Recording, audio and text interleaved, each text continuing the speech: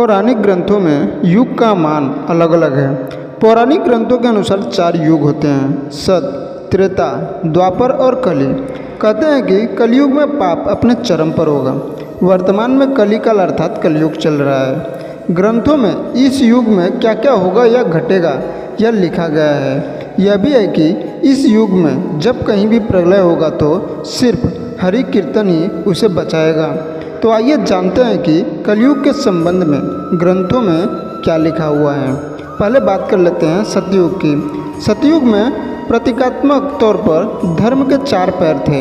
सतयुग में मनुष्य की लंबाई 32 फीट अर्थात लगभग 21 हाथ बताई गई है। इस युग में पाप की मात्रा 0% है, पुण्य की मात्रा 100% होती है।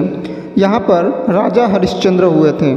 हरिश्चंद्र के सत्य के लिए खुद के परिवार और अंत में खुद का भी बलिदान दे दिए थे। दूसरी बात करते हैं त्रेता युग की।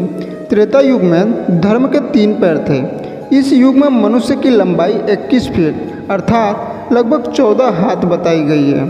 इस युग में पाप की मात्रा 25% और पुण्य की मात्रा 75% होती है। इस युग में विष्णु का वामन और राम अवतार हुआ था। असुर राज बाली ने 3 पग में धरती दान कर दी, जबकि राक्षस राज रावण से सीता का अपहरण करने के बाद भी उन्हें नहीं छुआ था। तीसरा द्वापर युग। द्वापर में धर्म के 2 पैर ही रहे। इस युग में मनुष्य की लंबाई 11 फीट अर्थात लगभग 7 हाथ बताई गई है।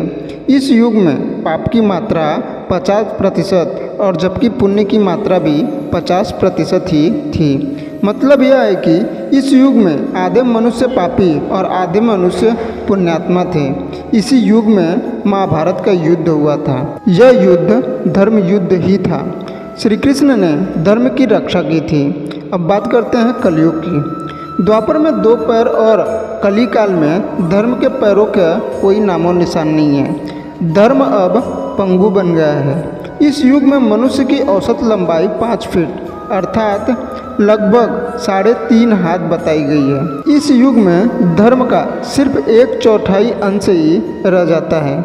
इस युग में पाप की मात्रा 75% है, जबकि पुण्य की मात्रा 25% ही है। लेकिन वर्तमान में देखा जा रहा है कि कलिकाल अपने चरम पर है। यह तो 25% पुण्य की मात्रा बताई गई है, यह अब कहीं नज़र नहीं आती है।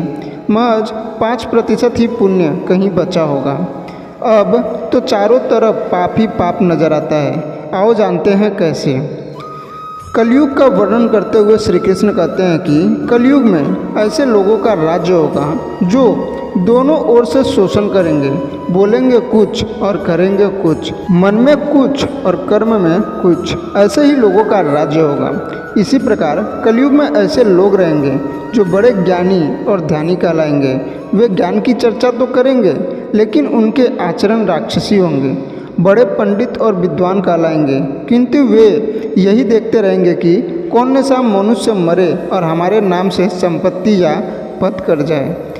कलयुग का मनुष्य शिशुपाल हो जाएगा।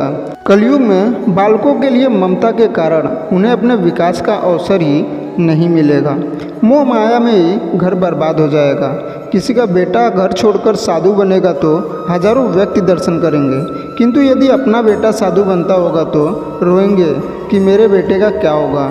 इतनी सारी ममता होगी कि उन्हें मोह माया और परिवार में ही बांध कर रखेंगे और उसका जीवन ही खत्म हो जाएगा।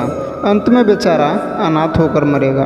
कलयुग में धनाढ्य लोग लड़के लड़की के विवाह में, मकान के उत्सव में, छोटे बड़े उत्सवों में तो लाखों रुपए खर्च कर देंगे, परंतु पड़ोस में ही यदि कोई भूखा प्यासा होगा तो यह नहीं देखेंगे कि उसका पेट भरा है या नहीं। उनका अपना ही सगा भूख से मर जाएगा और वे देखते रहेंगे। दूसरी ओर मौज, मदिरा, मांस भक्षण, सुंदरता और व्यसन में पैसे उड़ा देंगे, किंतु किसी के 2 आंसू पोंछने में उनकी रुचि न होगी। कलयुग में मानव का मन नीचे गिरेगा, उसका जीवन पतित होगा। यह पतित जीवन धन की शिलाओं से नहीं रुकेगा, न ही सत्ता के वृक्षों से रुकेगा, किंतु हरि नाम के एक छोटे से पौधे से, हरि कीर्तन के एक छोटे से पौधे से मनुष्य जीवन का पतन होना रुक जाएगा। आशा करता हूँ कि आपको वीडियो पसंद आया रहेगा तो कमेंट करके ज़रूर बताएं और चैनल में न हो तो चैनल को सब्सक्राइब कर लें और बेल आइकन को प्रेस करके ऑल पे क्लिक कर लें। बोलो जय श्री कृष्णा।